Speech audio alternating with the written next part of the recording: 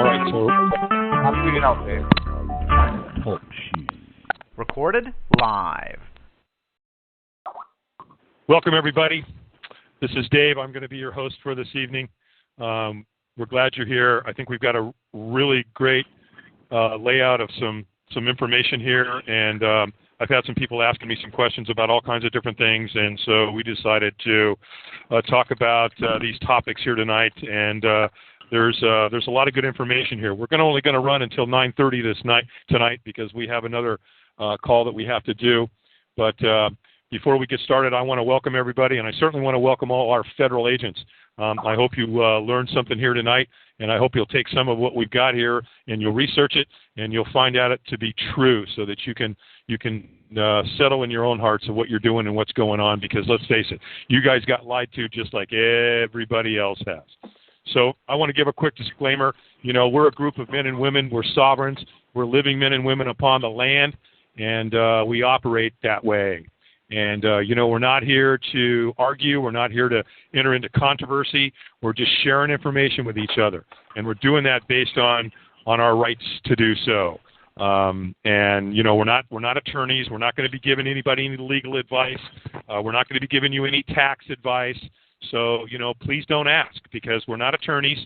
For God's sakes, we're honest working people. So, you know, if you have a question, then what I would recommend, you ask your question in a format that would be, gee, you know, if this happened to you, what would you do, Dave? Or, you know, if this happened to you, what would you do, John? And so that's the format, and that's how we like to do things. So with that in mind, one of the topics tonight is I've been getting some questions a lot. And they've asked me about, well, these are people that know me, unbeknownst to some of you out there that don't know me as well as some others. But my background is my father was an officer, and by the time when I say officer, he was a military officer, and by the time I was probably, 7 or 8 years old, I was already on a firing range and a rifle range, and I was being introduced to different types of weapons, pistols and rifles and so on. So in and around that, I was a young kid, and I started shooting guns, and I liked it. It was fun, and my dad would bet once I got to be pretty good with the darn things, and my dad used to bet against me and his buddies, and so it was a fun, and it was a way to bond with my father as well. So we used it for that purpose as well. So there's a real buzz in the air about what's going on, what's happening. If somebody comes into my house, if there's a home invasion, I mean, who knows what's going on? There's a lot of people today that have been kicked out of their homes. Can we get everybody to *6? Would you do us a huge favor? And if you hit *6 on your phone, then we can drown out, hopefully, into the other background noise. Thank you very much. I appreciate that.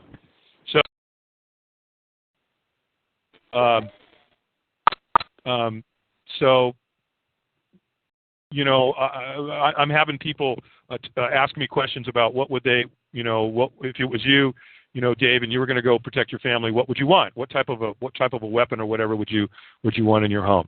And then the other thing I've been asked about is, what's going on with the ammunition? Is there a shortage?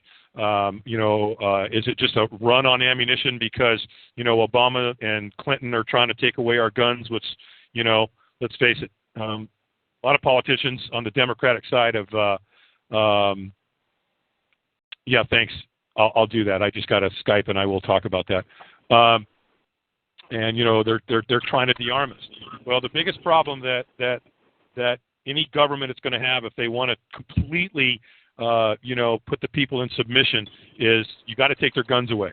Because a well-armed country, I got news for you, it ain't going to happen.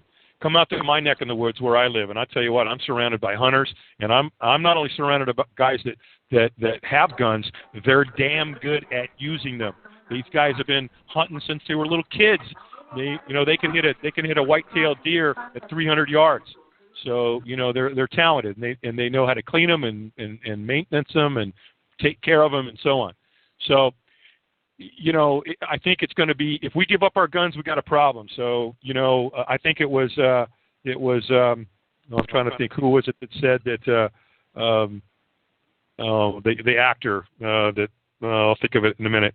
Anyway, you said if you want my guns, you can come take them out of my cold, dead hands. And Charlton Heston. Thank you, Charlton Heston.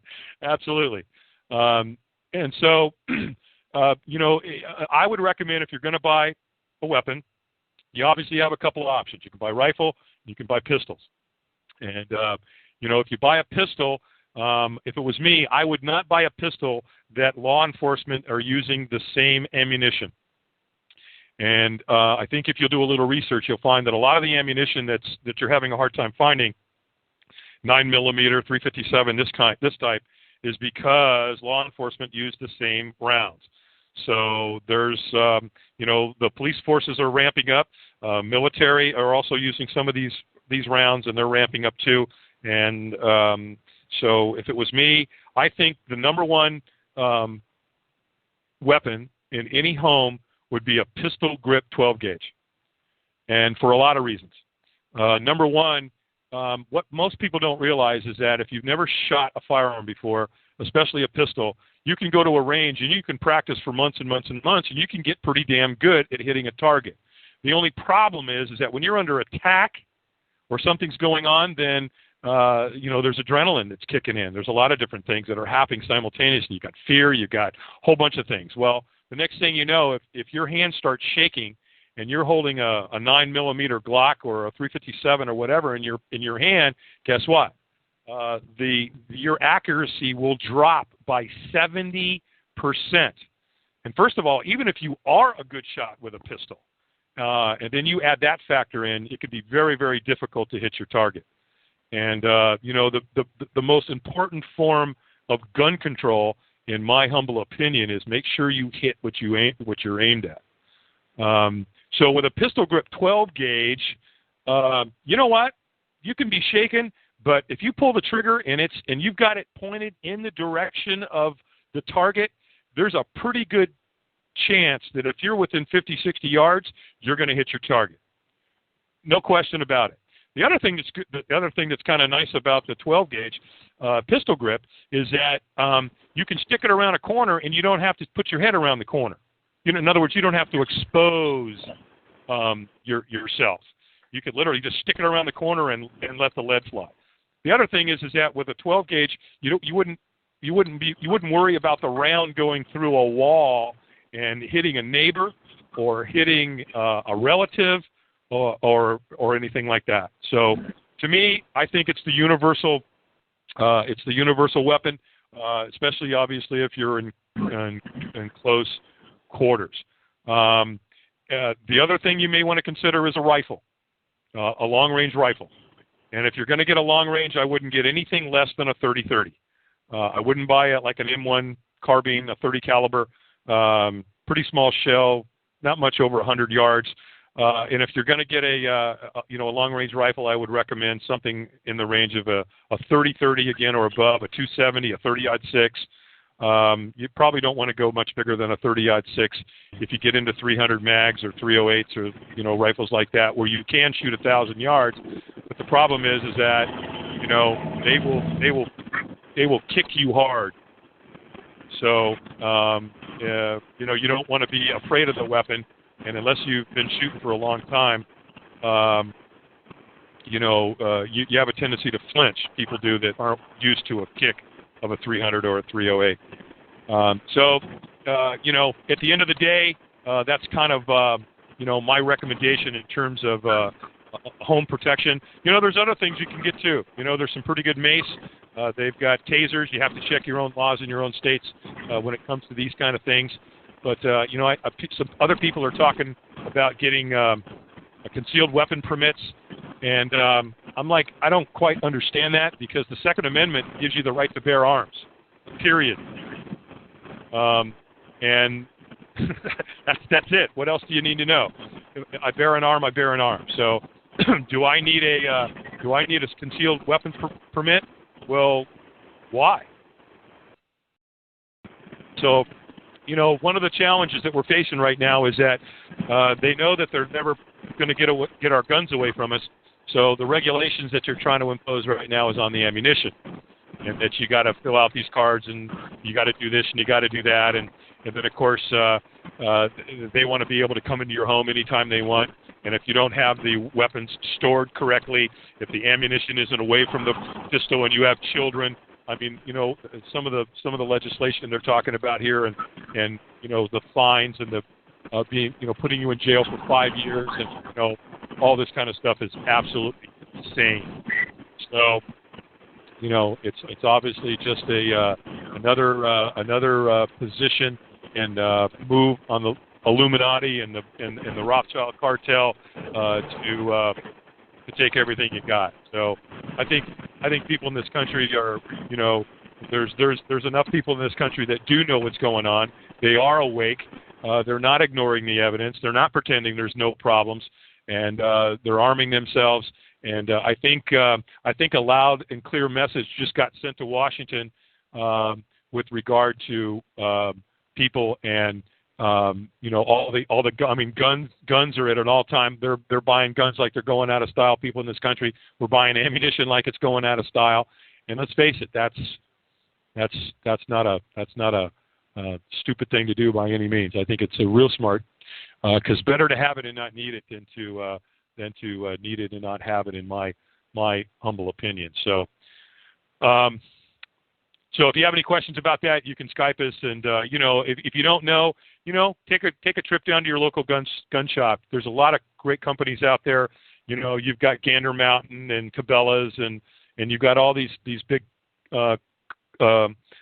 sporting goods stores that you can go to. And normally the guys behind the counter they're sharp, they're well trained, and you can go in there and you can kind of you can tell them what your experience is, what you have, what you don't have. You've heard this, you've heard that. Most of these guys can answer these questions for you, and they can certainly coach you on, what weapon might be right for you. You might get in there and go, wow, I don't know, that 12-gauge pistol grip is too much for me, because it's a 12-gauge. It's going to have a little bit of a kick to it. But by the way, you're holding it differently too. You're not holding it, up to your shoulder where it's kicking you as well. So. Anyway, that's just my 2 cents. I think it's a great weapon inside the home, and by golly, you come in my house, and if I've got that in my hand, and you're there to do harm to me and my family, you got a problem. There's one other thing about that pistol grip, and that is when you cock it, the sound that it makes. That is that's a universal sound, and when you cock that bad boy, criminals know that sound. People that are out to do wrongdoing and they're there to perform evil, ways against you. Man, you cock that bad boy, and they're going to know what that sound is. So, and again, you could be 9 years old, or you could be 109 years old, and you don't have to be a real good aim. Now, the last time I checked, by the way, when I, some of those, Walmart and Gander Mountain and these places that sell ammunition, 12-gauge ammunition, last time I saw, was in abundance. Because, again, most people aren't buying pistol grip 12 gauges. They're just not doing it. They're buying, 9mm Glocks, and they're buying Glocks, and they're buying Smith & Wesson, and they're buying, these kinds of pistols. And so the ammunition is being scooped up by law enforcement and people that are buying these. Again, shotgun shells are in abundance out there, and you shouldn't have any problem whatsoever getting them. So, in terms of the actual, a 12 gauge is a 12 gauge. So you're buying a 12 gauge, a shot. And if you don't know, you can go in there, and you can talk to the people behind the counter, because, you want to do that. You want to educate yourself from that standpoint, because you've got all kinds of different 12 gauge. You've got double-aught buck, and you've got bird shot, and there's a few different choices for you. But you can go read on the box how many pellets or BBs or they're really just little round pieces of steel are in each shot. So if you're throwing 8-10 shot out there at one time, you're definitely going to inflict a lot of damage. it's going to stop them. I'll guarantee you that. They are not going to keep coming forward. There is no question about it. So anyway, and it's good to get out and, again, I think learn and educate yourself. And there's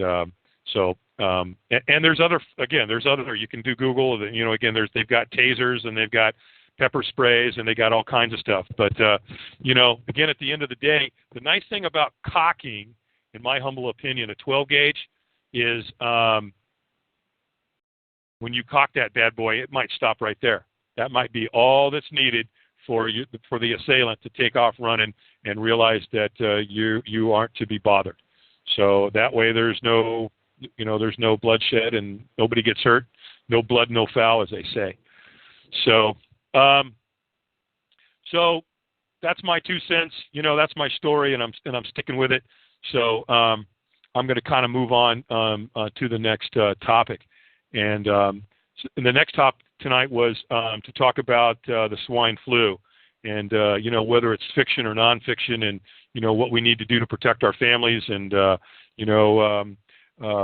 is wearing these little masks. Does that help? And, is there certain things or things that I can go out and buy like colloidal silver and bentonite clay and all these different things that you can take that helps your body fight off whatever it is. What we need to know, I think it's important here, and I just want to tell you this right up front, that there's a guy that is going to be hosting a call tomorrow.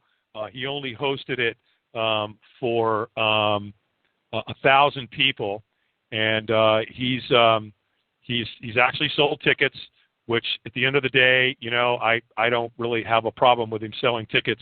And I say that because this guy has spent a great deal of time and money to travel around the world and bring back just absolutely invaluable information. I mean, his study and he's probably one of the most respected homeopathic healing natural remedy guys on the planet. His name is Mike Adams, and you can do a Google on him. And I know we've got some people on the call that probably know 10 times more about him than I do. He was turned on to me a couple of years ago, and I've read a lot of his stuff, and I'm telling you, this guy rocks. He takes no crap off the FDA. He's attacking them all the time. He's attacking the drug companies. Here last year about this time, that vaccination for young teenage girls that was supposed to stop, cervical cancer and all that. I mean, that is just a freaking joke. What it's doing to these young girls is just incomprehensible to me, how evil these bastards are in getting young girls to take this vaccine. So the bottom line is that, we're talking about a swine flu. We're talking about an influenza here. And if you keep your body in top shape as best you can, and let it do what it was designed to do by the Lord, guess what? You keep your immune system high. I think you'll find that that the swine flu is going to attack young babies, older people, and people that haven't taken care of themselves. So anyway, what I've decided to do on this is that because Mike's going to have his call tomorrow evening, there's only 1,000 people that can come to this call. It costs $18, and I'm going to be on it. And I thought what I would do is bring all his information to the call next week, on Wednesday. So if any of you would like to go and attend, then if you'll just go, I think if you just do a Google on Mike Adams, I forget his website. It's naturalnews.com. Naturalnews.com. And I was just getting ready to say, I'm sure Stephen will come on and tell us, because Stephen knows. And we actually do have an authority on our phone tonight who knows a lot about healing. He knows a lot about how to take great care of yourself and whole foods and organic foods and veggies and fruits and all those wonderful things that the Lord tells us in Scripture to eat and take care of ourselves. So I'm real excited to hear what Mike's got to say about this, because I think it's going to be extremely valuable. The one thing that I will talk about tonight with regard to that is that, you got to be really careful, folks, about what you tell yourself and what you allow yourself to believe, because your belief system can make or break you. And you also have to be a really good gatekeeper. And again, that's based on Scripture. The Lord tells you got to be careful what you allow through your eyes. You got to be careful what you put what goes across your lips, and you have to be very, very careful about what you listen to. And a few years ago, I attended an event in Hawaii. It was called Life Mastery. It was back in 1997, I believe. And Deepak Chopra. It was a 10-day event. And Deepak Chopra was there. If you don't know who Deepak Chopra is, he was head of medicine at Johns Hopkins. And he woke up one day and said that he was just a glorified drug pusher. And he woke up and he said, I'm not going to do this anymore. I am not going to treat the symptom because we are not curing people today. It's not working. Western medicine is failing. So he left. He quit and he walked away. And then, he's written a lot of books. And one of them is, I think it was called Ageless Mind, Timeless Body. And so what he realized, and a lot of people know this, and that is that you can, our body reproduces all the cells at the cellular level, every couple of days, every couple of weeks, every couple of months. It depends on the organ. It depends on whatever.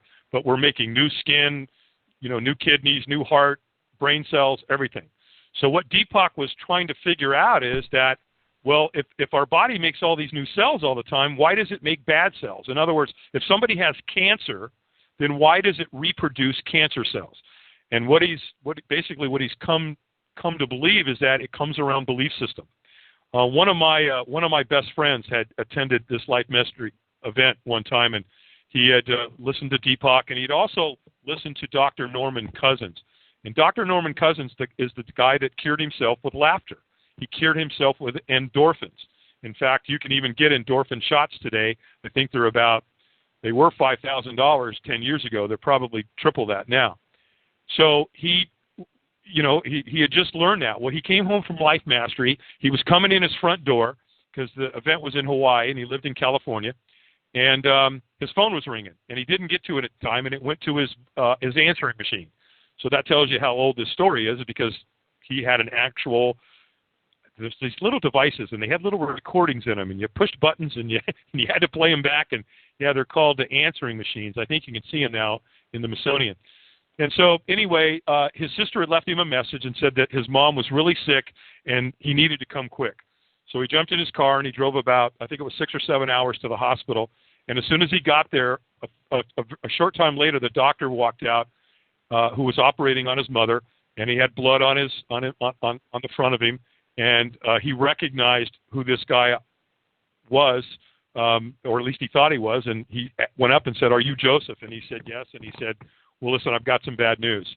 I just operated on your mother, and we took a grapefruit-size tumor out of your mother's stomach. And I hate to have to tell you this, but she's got about 3 months to live, so you need to start to get her affairs in order." Well, Joseph immediately said, "Well, look, Doc, listen, I appreciate your diagnosis, but I don't accept your verdict. You don't know that she's going to live 3 months." And he goes, "Joseph, yes, I do. I do this every day. I've been doing this for 20 years. It's my job to tell your mother that she's got, only a couple months to live." And Joseph said, "Bullshit. No, you don't. You have no right to play God. Listen, you can tell her she's sick. You can tell her she has cancer. You can tell her a whole bunch of things, but don't give her a death sentence. You have no right to do that." Well, the reason he was talking about the death sentence, because Deepak Chopra had just taught him in the seminar that the statistics show that when a doctor tells a patient that they only have X amount of time to live, 90 to 95% of the time, they die within 24 to 48 hours of that sentence or the time that they're given. So it's just absolutely phenomenal. So Joseph said, "Listen, I don't want you to tell that to my mother. You don't have the right to." So they got into kind of a heated and disputed argument about it, and the doctor said he was going to tell him. Well, Joseph said, "If you tell my mother that, I'm going to break your freaking neck. Well, the doctor called security. They escorted him from the hospital. But the bottom line was he was able to make sure that the doctor never told his mother. He literally went out and bought a VCR, went back to his mother's room, and started showing her funny movies. In fact, the first movie he showed her was Tom Hanks, where he buys that house and everything goes wrong. What's it called? The Money Pit.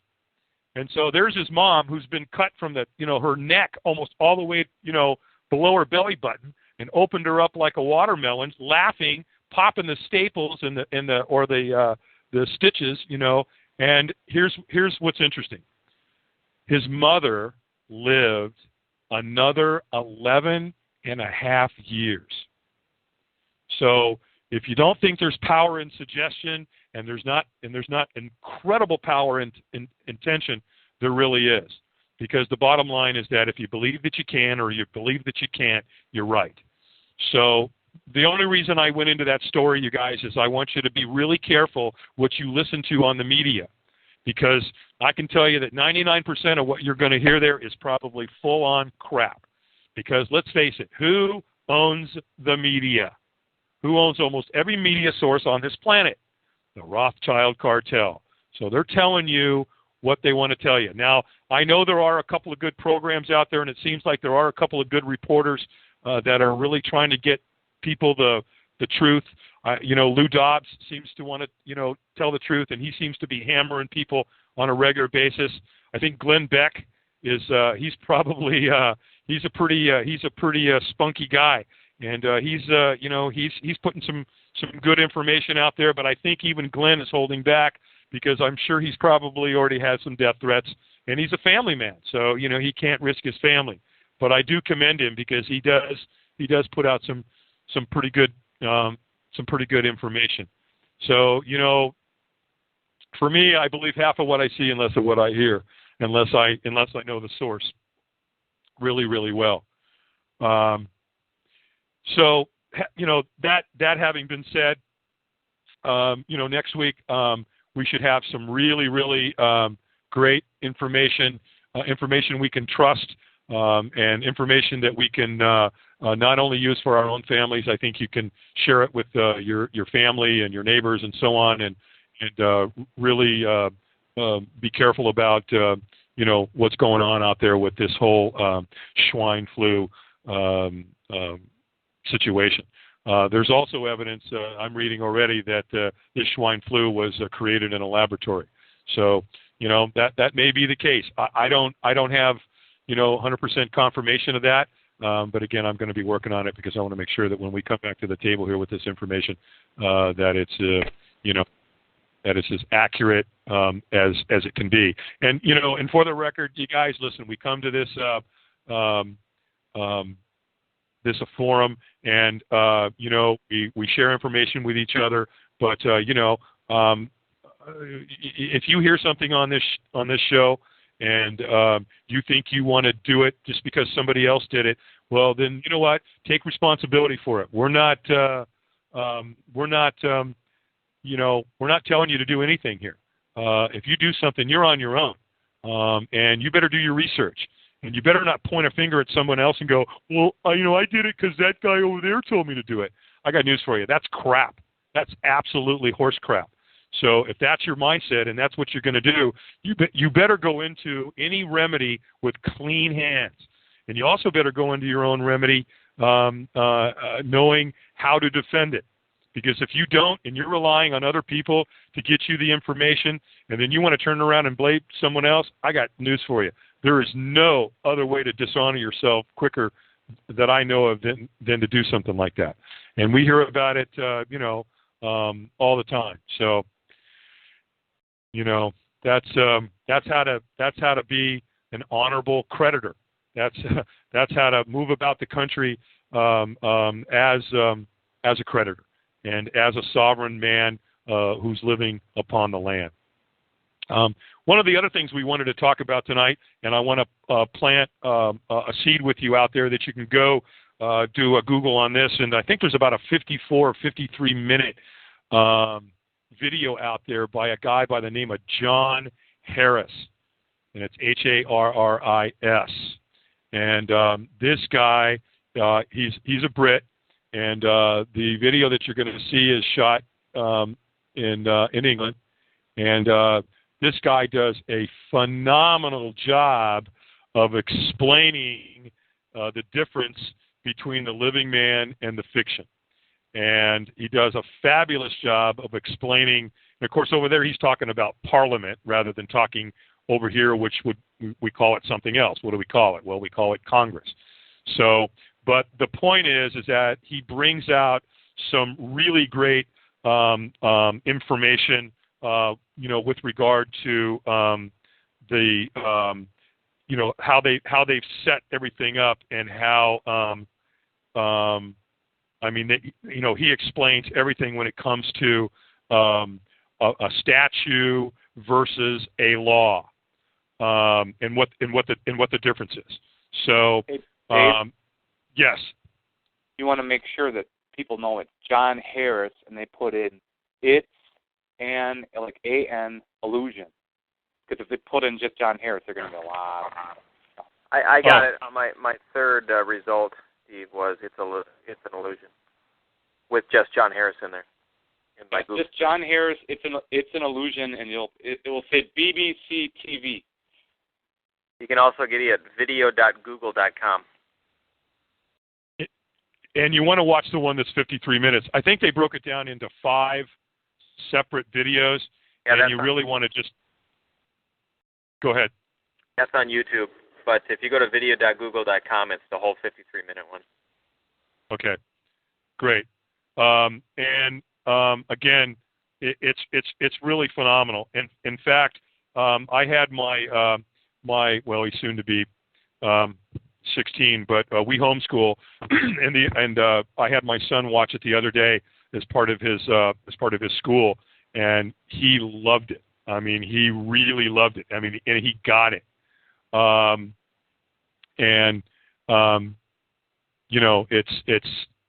It's really cool. So anyway, in there, one of the things that he talks about, he articulates extremely well in piecing the entire structure together in terms of connecting all the dots with this stuff. And if you're a little unclear about, well, I don't understand, what is the fiction? How do they turn me into a fiction? What did they do? I mean, I'm a living man, but again, he does a phenomenal job. And what's really great is that he gives you. There's a very powerful example. There's a video that they show you of 2 London police officers who try to come against a man, and even though this guy doesn't know all the language and all the lingo, he knows enough how to ask enough questions to get the police officers to leave and go away. And so they try to get him into controversy, and they try to get him to answer all their questions, and he doesn't do it. And again, he's an incompetent competent, meaning that he doesn't know that he knows. And so it's really great. I think you'll really, really like it. And I don't know how many of you on the call have ever heard the story about what screw to tell. I'll tell you what screw to turn. I'll tell you the quick version. It's years ago, when Federal Express was created, Fred Smith created this unbelievable. I mean, his belief system was, wow, we can get a letter from one location in the world to somewhere else in the world. So the system they set up at Federal Express was this huge conveyor belt, hydraulic delivery system, and electrical, and it was just it was an engineering marvel. So Fred's told if the system ever goes down, call this guy. Well, he calls this guy. This guy's name's Marvin, and Marvin's like, he's a real old-time kind of guy in Tennessee, and sure enough, he calls him, and Fred's out of his mind because the system goes down. And he says, if the system goes down, call Marvin, so he does. Well, long story short, Marvin shows up, and he's an old guy, and, he's real laid back, and he's kind of slow talking, and he kind of acts like he's dumb. but he's not. I mean, he's a brilliant guy apparently. And anyway, but Fred needs this thing fixed. Well, anyway, he escorts him into the warehouse, and there's this huge electrical panel in the middle of the room, and Marvin says, "Take me to the electrical panel." And so they take him to the electrical panel, and of course Fred's got a couple people with him. He's got his PA, and he's got his foreman and some other people with him, and so Fred's losing thousands of dollars per minute, and he's just freaking out. So, and they're kind of like, well, have you been here before? Well, no, but I should be able to figure it out. And so anyway, they take him to the electrical panel, and you open up this big door, and it's huge. I mean, it's this huge electrical panel with all these wires coming in, and Marvin kind of looks at it and says, "Boy, look at all them wires. Boy, I've never seen so many wires in my whole life." Well, Fred's like, "Oh my God, I mean, what have I got myself into?" And so, and then Marvin kind of looks at it and goes, "Gosh, I wonder." And he looks in, and there's another little panel inside this panel, and he opens that up, and and he's got a little pocket screwdriver holder, and he pulls a little screwdriver out of his pocket, and he's looking around going, and he's making kind of funny noises, and of course all these guys are looking at each other like, we're out of business, it's over. Excuse me. And so he takes his pocket screwdriver, he sticks it in there, he finds a screw, he turns it about a half turn to the right, and sure enough, the whole system comes back up and starts running. Well, Fred's out of his mind. He's like, "Oh my God, Marvin, thank you. You have no idea how much I appreciate you. Listen, we want to pay you right now. In fact, I've got cash upstairs. How much do I owe you?" And Marvin looks at him and says, $5,000. And Fred looks back at him and says, $5,000? You were here 15 minutes? You turn one screw and it's $5,000? And Marvin says, "Yes, sir. That's my fee." So, Fred's a pretty smart guy. He's a brilliant businessman. He says, "Well, gee, Marvin, would you mind giving me an itemized bill?" And Marvin's like, "Well, no, sir, not at all. Do you have a piece of paper and a pencil?" So his assistant hands him a clipboard, and Marvin takes it. He starts writing on it, turns around, hands the clipboard back to Fred. And Fred looks at it, and he looks at his PA, and he goes, "Go upstairs and get me $5,000 in cash." So what did it say on the piece of paper? Turning screw, $1. Knowing what screw to turn, $4,999. And, I'll tell you something, ladies and gentlemen, that's what you need to do. We all need to be Marvins. We need to know what screw to turn. Or in this case, what's our answer? Or what's our question? Because if a cop comes up to you and he asks you, I mean, think about it. If you get pulled over and you pull over under threat of arrest or bodily harm, what does the cop do when he walks up to the car? He's going to ask you one of 2 or 3 or 4 questions. 1, do you know why I pulled you over? 2, do you know how fast you were going? Or maybe he'll just go right for the kill and say, "I need to see your driver's license and registration." What is he trying to establish? And as you think about that, what's the difference between a policeman and a police officer? Well, a police officer is a fiction.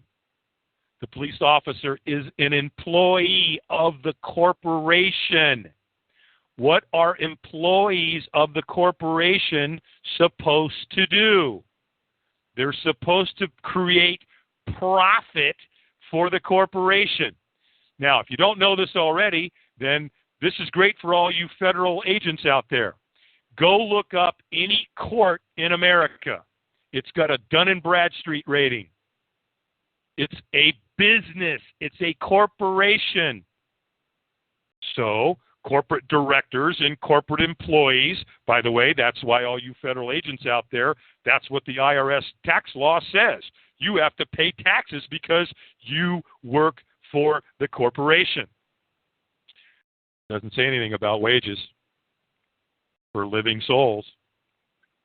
And that's why, if you watch the movie From Freedom to Fascism, Aaron Russo went out and did a movie on the whole thing, trying to see where the law was that governed the IRS to make people pay taxes. Look, the bottom line is, regardless whether you pay your taxes or not, I'm not telling you what to do here. I'm not suggesting anything about your taxes. That's a prayerful decision. You got to decide how you want to deal with the IRS. But here's the bottom line: they are a foreign corporation. That's a fact. And the absolute bottom line is there's no law. And that's why many IRS agents have quit and left, because their conscience was killing them. And they said, how can I go out and destroy people's lives when there's no law? So the bottom line is there's no law.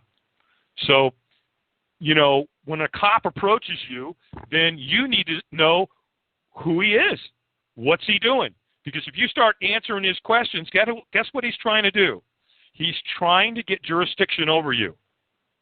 Because if you watch any of your cop shows, go watch them. Go watch some of these cop shows and become a student studying the behavior of these guys and understand their intent. See what they're trying to do. They're trying to get you to be, first of all, they're treating you like you're subservient, like they have dominion over you. They're a public servant. They work for you. Now, where you are in Scripture, if you're a man of God and you believe that Jesus Christ is your Savior and He went to the cross and He zero-balanced your account spiritually, then if you read a little further in Scripture, you'll find out that you're a king.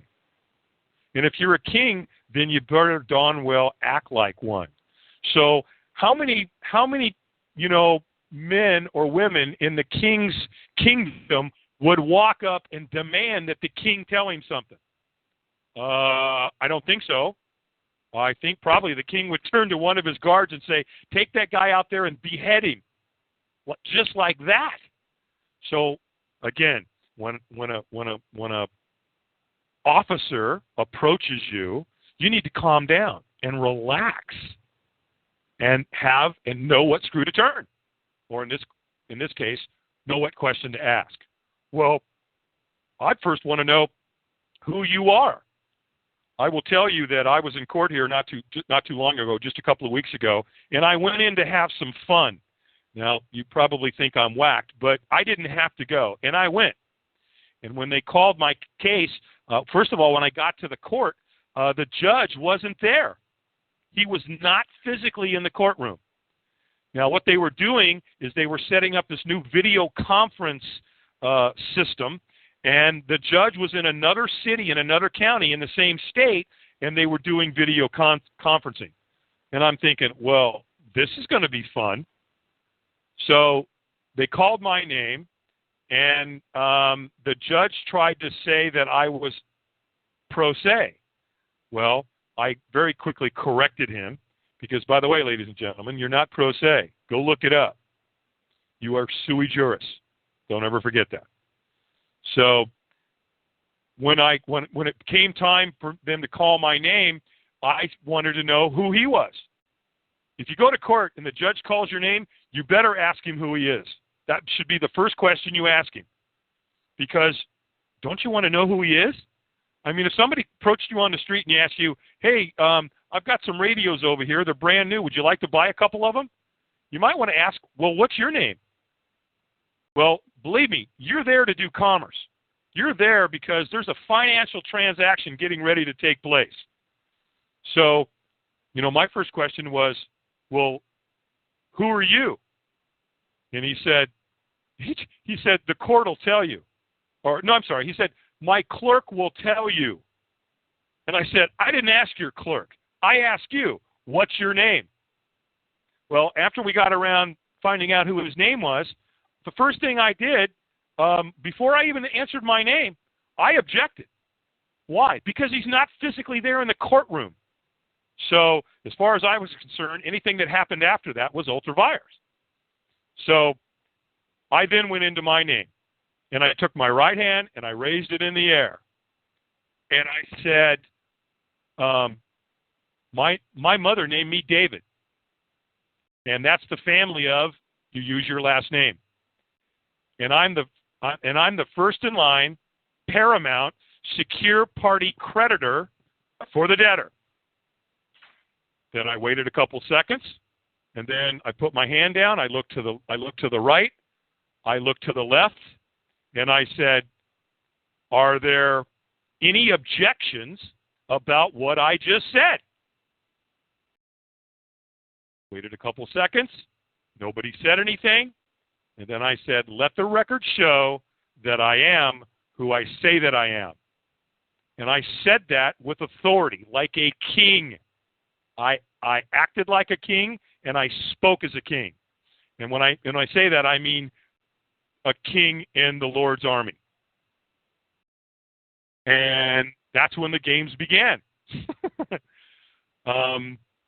And at that point, you hear that story about if you buy a book, it's $14.95, and you use your MasterCard, and then you buy lunch, and it's $16.95 on MasterCard, and to see something funny happen is priceless. You guys would have, you'd pay $100 right now, Federal Reserve note. Now you might even pay it in silver to have seen the look on that judge's face when I told him that I was the first in line paramount secure party creditor for the debtor. And then when I closed the deal by saying, "Is there any objections?" and let the record show that I am who that I say that I am, he was looking at me like, I don't want to deal with this guy. Why? Well, why would he? He didn't like the light that I shined on him. He didn't like that I was standing in the truth. What happens when you turn a light on a cockroach? What happens when you turn a light on a rat? Guess what? They don't like the light and they run. He didn't like it. I will tell you then, I also played a card, and I'm not telling you to do this by any stretch of the imagination, especially if you don't understand what I'm about to say, but I demanded to see the ratification of commencement. Well, you would have thought that the look on that judge's face, I literally thought his mouth opened, and he was sitting there with his mouth open, not having an idea at all what to say. Bottom line was, I finished what I had to say and do, and I walked out of the courtroom because my business was finished. It was really a beautiful thing. It's not the first time I've been in court. It's not the first time that a judge looked at me and asked my name, and I looked him in the face back and said, "Who are you?" And he told me his name. And the attorney stood up at the same time. And I pointed a finger at the attorney and said, "Who's that?" And the attorney acted like a little kid in a sandbox, as if to say, he looked at me and he looked back at the judge, and he looked at me and he looked back at the judge, and like he didn't know what to do. And so the judge looked at him and said, "Tell him your name." And he told me his name. And then I asked him if he had a certificate of appearance to be there today.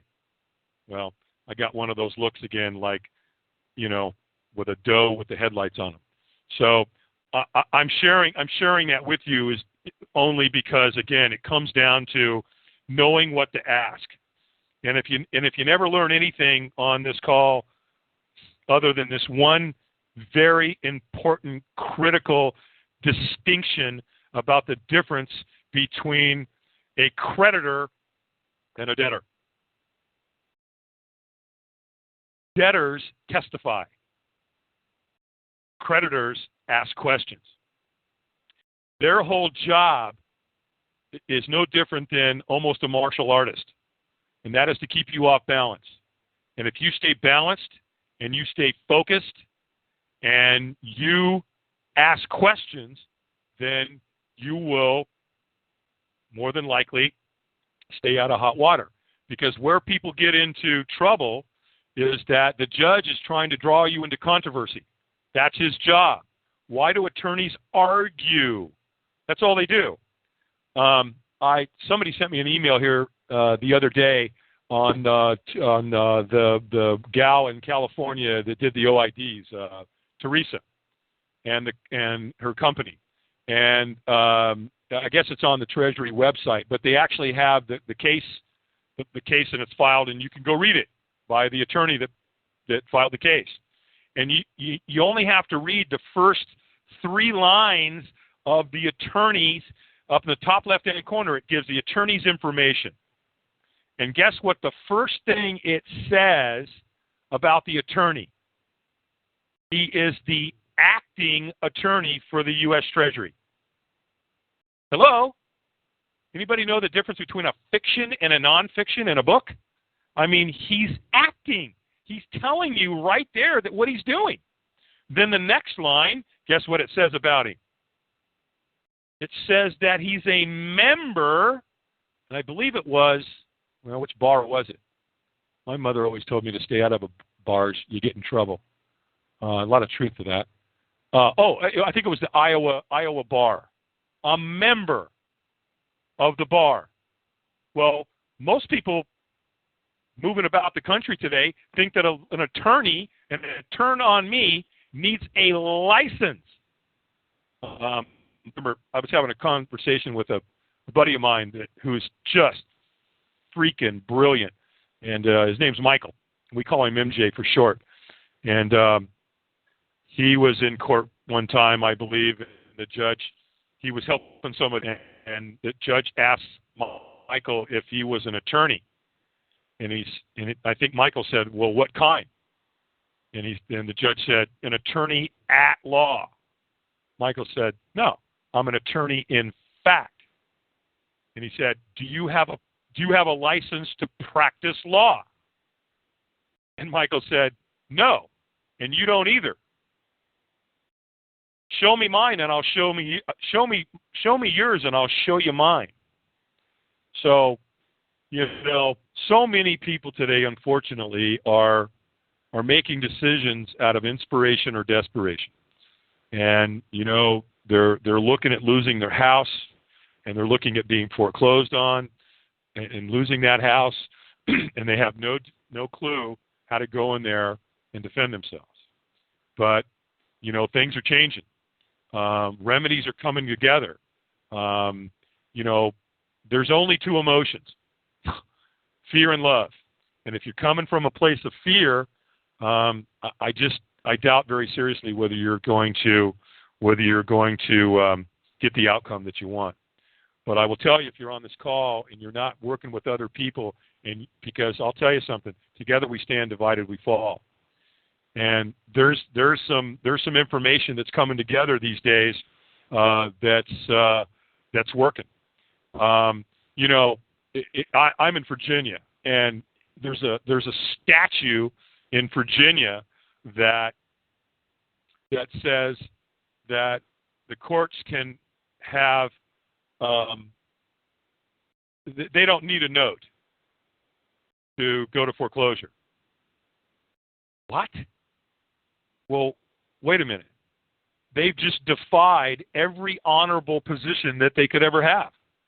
Because if there's no note, well, if you know anything about contract law, if you enter into an agreement with somebody, then does there not have to be equal consideration on both parts? In other words, if I got into a contract with any of you tonight, which I am, because we put out an email and said we're going to come and have a little meeting tonight, we're going to talk about some things, we're going to share some ideas and some concepts with you, and you agreed to come. So, I mean, you have contracts constantly. Almost every time you open your mouth, it's contract. I mean, if you're driving down the road and your spouse calls you and says, honey, would you stop and pick up some milk on the way home? Is that a contract? And if you agree to do it, well, sure. Absolutely. So if you go to a yard sale and you're going to buy something, aren't you entering into a contract when you agree to buy something from somebody? Or if you agree to sell it to somebody, you make them an offer, they accept it or they reject it. And then you may get to a point where they accept it. So you had consideration on the buyer, you had consideration on the seller, you agreed, and you came together and you exchanged services. Well, isn't that what you're doing with a bank?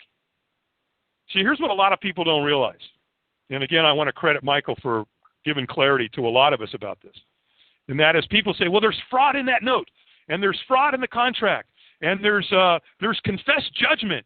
And, they didn't tell me that I was entering into a financial investment contract. It was supposed to be a real estate contract, and, and I'm really the lender and the creditor, and the money comes for me, and yeah, all that's true.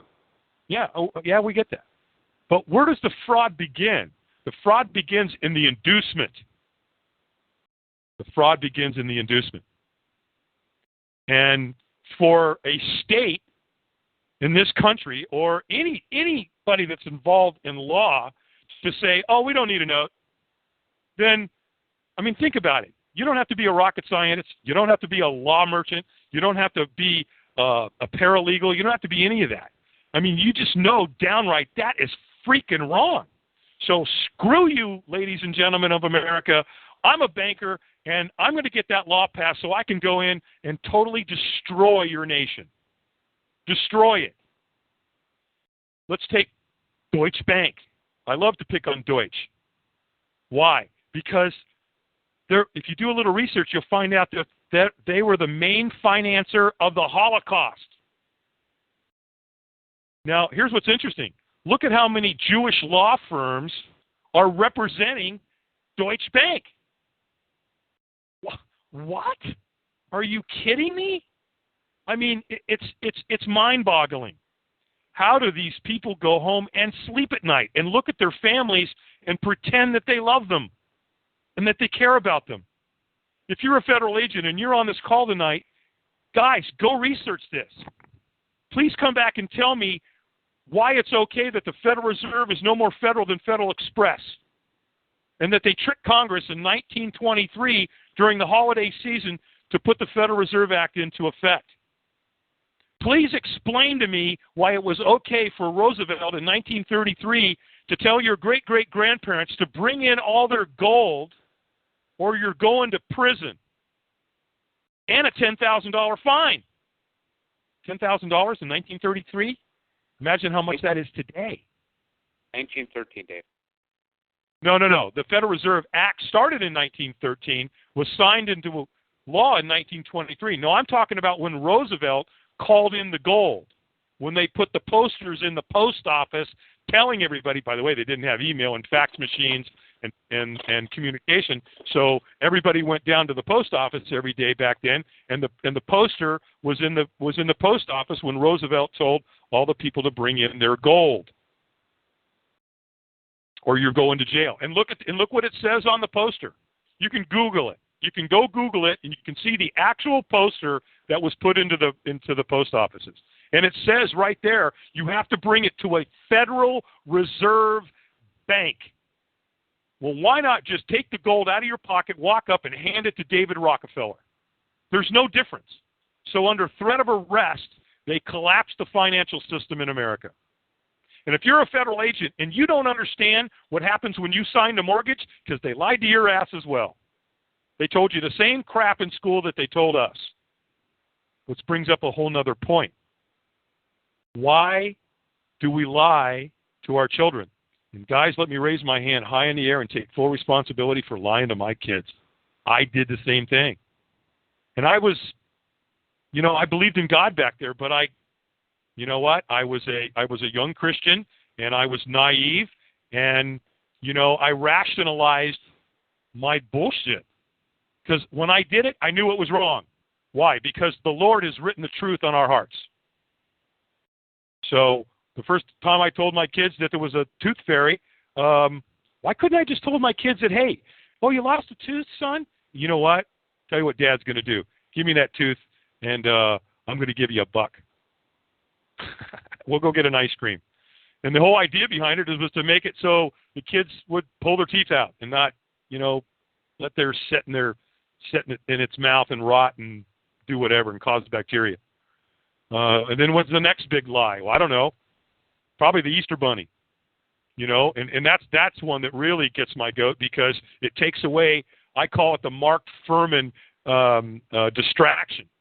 And because what do? We're getting away from the event that happened with Christ, and let's make it about coloring Easter eggs and wearing pretty pastel colors and making it a commercial affair by buying candy and those little funny little bunny rabbits that are made out of marshmallow.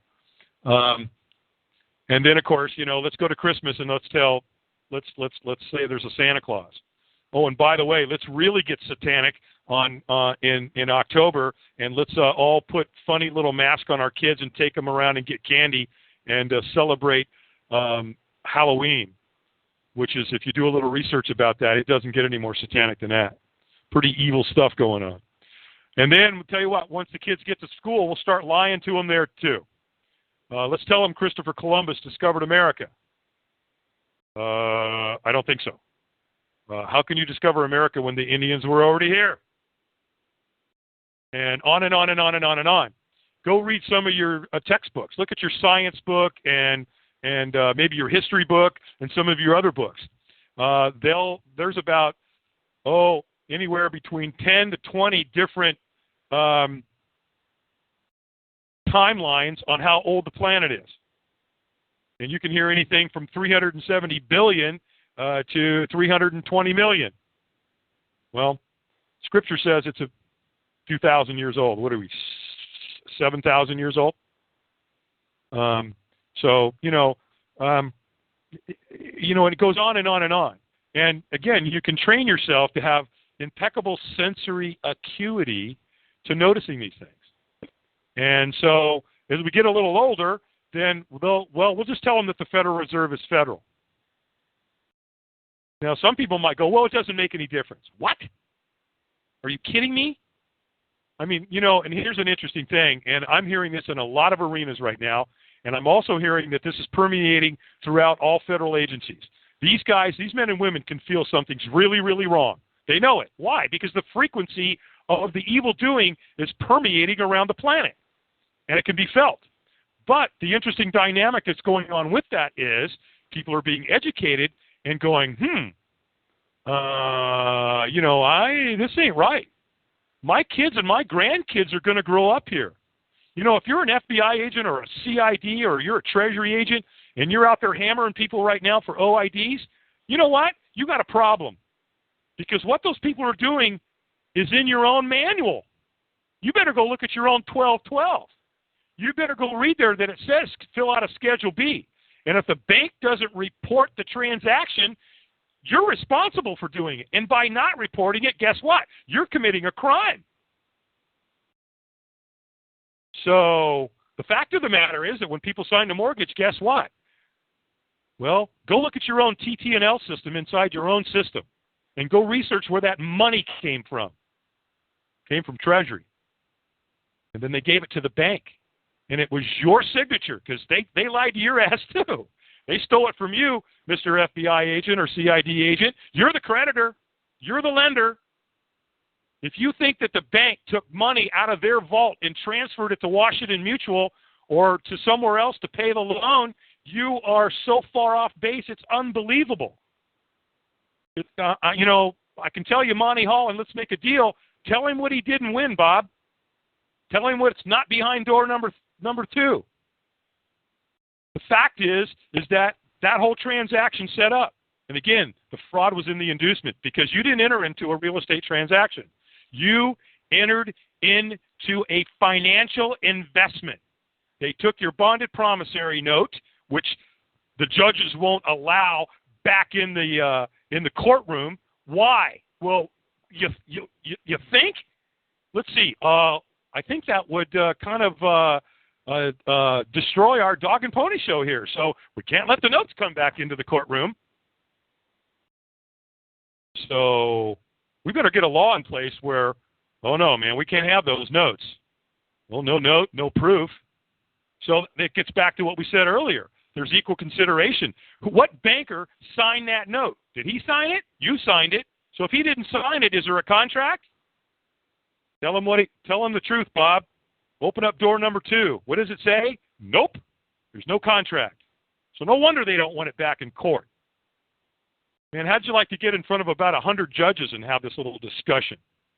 Or a couple thousand attorneys? You lying, cheating dogs. You can't handle the truth. You have to sit there and take lies, deception, and cheat and destroy people's lives. And people wonder why the saying, what's 500 lawyers at the bottom of the Atlantic Ocean? It's a great start. But you know what, guys? We're Christian men and women, and we come and we operate from truth and justice. So guess what? Let's educate them. There's an old saying in AA, I love it. When you come in the first time, you're a victim. But if you go back out and start drinking, and then you come back to AA for help, now you've become a volunteer because you knew you didn't have to do that. Because the great thing about AA is that the first thing they'll teach you is that you don't have to drink anymore.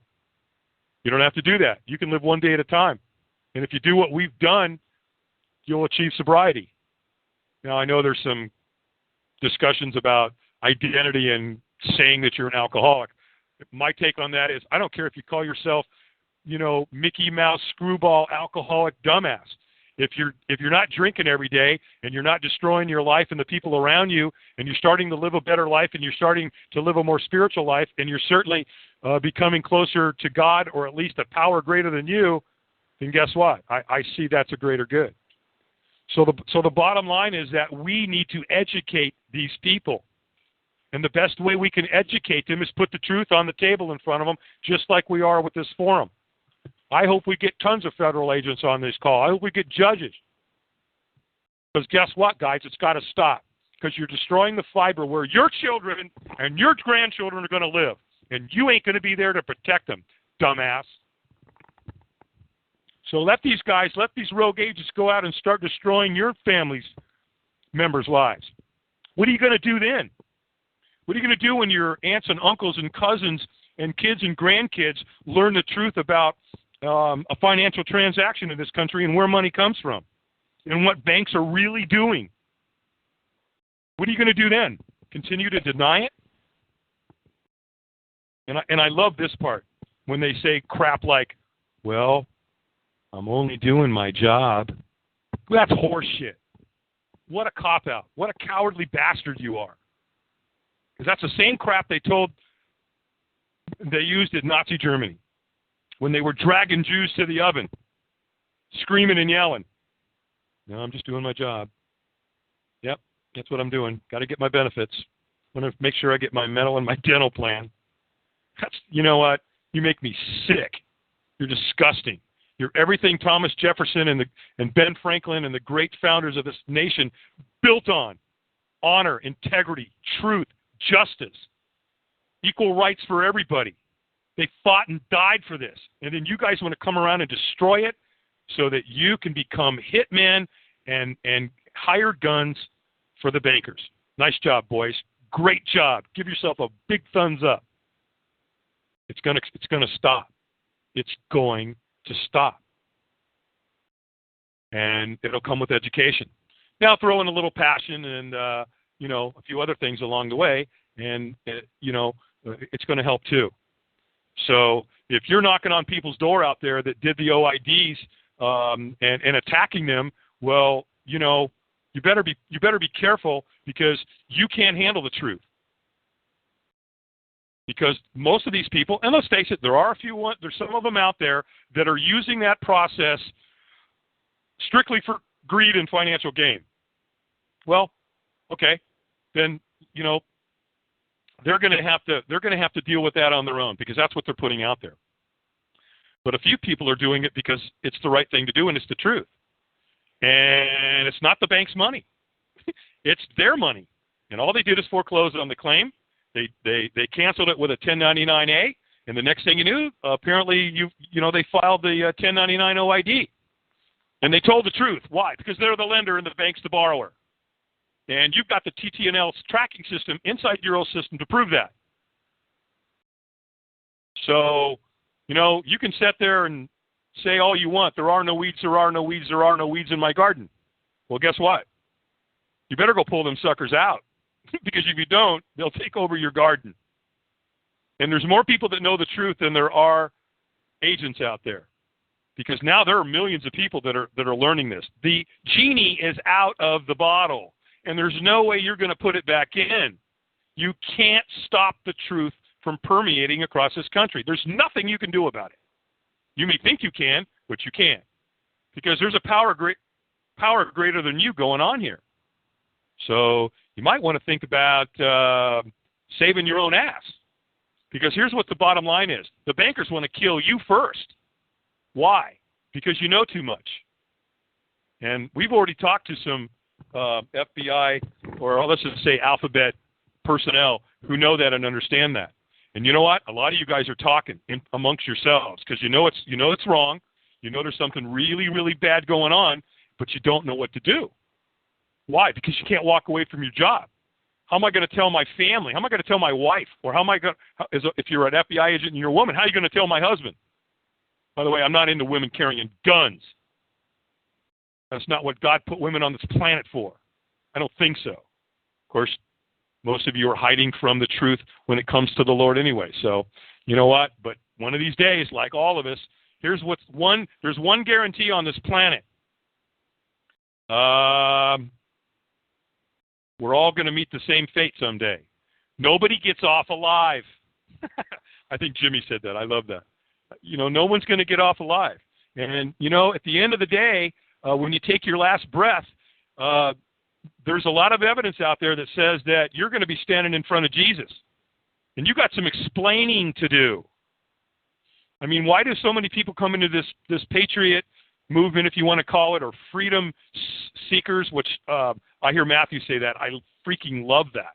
Freedom seekers and truth seekers, because that's really what they are. They got this unbelievable passion and drive to learn the truth.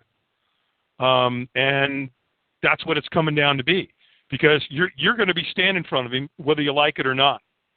Now, I learned about the banking industry several years ago, and in June of 2006, I had to make a very important decision.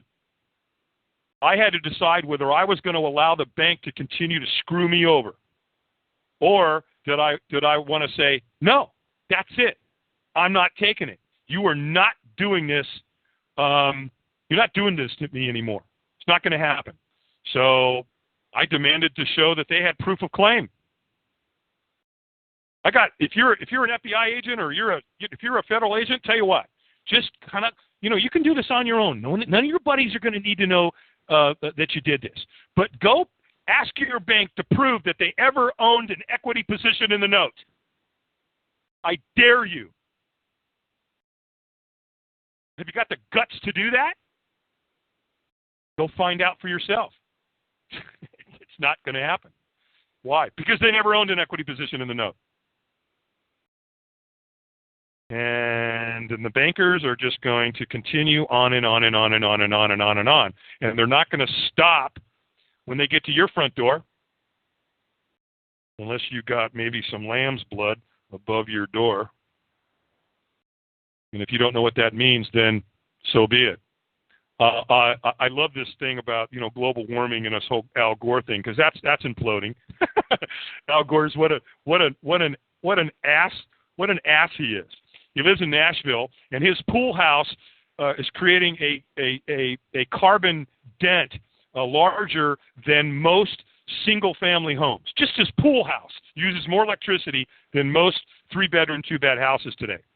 And it's interesting that he got the Nobel Prize above the woman in Germany who was working as she was collecting trash in the streets. And what she did is she hid kids and got them into the sewer systems and got them out of Nazi Germany. And she got, I know it's in the thousands. I don't remember exactly how many it was, but she got thousands of children out of Nazi Germany and saved their lives. And she even got some of their names and were able to trace them and track them later on in life. But oh no, do we give her a Nobel Prize? No, hell no. Let's give one to lion-ass Al Gore. And it's interesting. I remember one time when they interviewed him, and they said, "Gee, Al, you're a man of God." And he's like, "Oh yes, I go to church and I believe in la da da." And they asked him what his favorite scripture verse was. And he said, John 16:3. Well, I'm not going to tell you what that says tonight. I'm going to ask all of you to go get your Bibles out tonight. Some of you may have to blow a little of the dust off of them. And go look up John 16:3 and realize what a sense of humor God has. Because obviously all he knew, the only scripture verse he probably even knew was the one that he saw at football games. John 16:3. God so loved the world that he gave his only begotten son. But he apparently he might be a tad dyslexic, and he said John 16:3. So go look that up tonight, and you'll get a real chuckle because it'll tell you exactly where Al Gore's head is in terms of Scripture and his salvation and his relationship with his Creator. So anyway, guys, I want to kind of wrap it up. We've got a couple of minutes left. We're going to close the call down tonight at 9:30. Matthew, if you'll open the call back up, or if some of you that are online tonight, you can send a question in. If any of you have any questions, again, if you'll put it in a format that would say, if you're going to ask anybody a question in this community, you'd say, hey, John, if it was you and this happened, what would you do? We always appreciate those kind of questions. So anyway, if anybody has a question that there's a burning desire and they feel like they're in harm's way by not getting it answered tonight, if you want to, Matthew, if you want to let them in, or if you see anything, if you want to unmute the call or whatever, let's take a couple questions if there's anybody on the call tonight that has a question. Have him hit *8.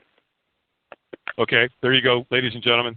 If you'll hit *8, that will unmute you, and you can ask a call. So there we go.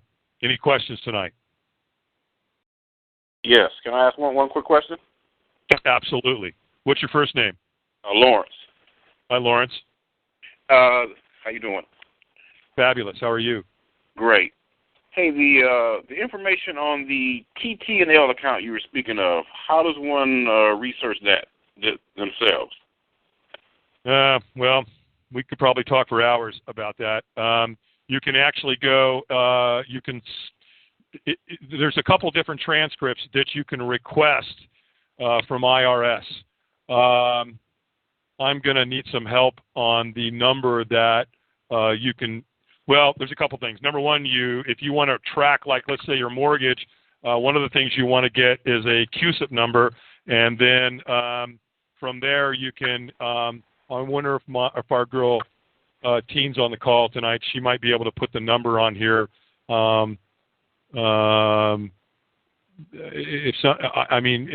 looking for the number that you can request that you can get some of this information. Get that particular. Go ahead. That's not on the 4506, is it? No, I think that's the. No. Hold on a second. Information. Go ahead. Getting the IRS to give you information. Hello. We're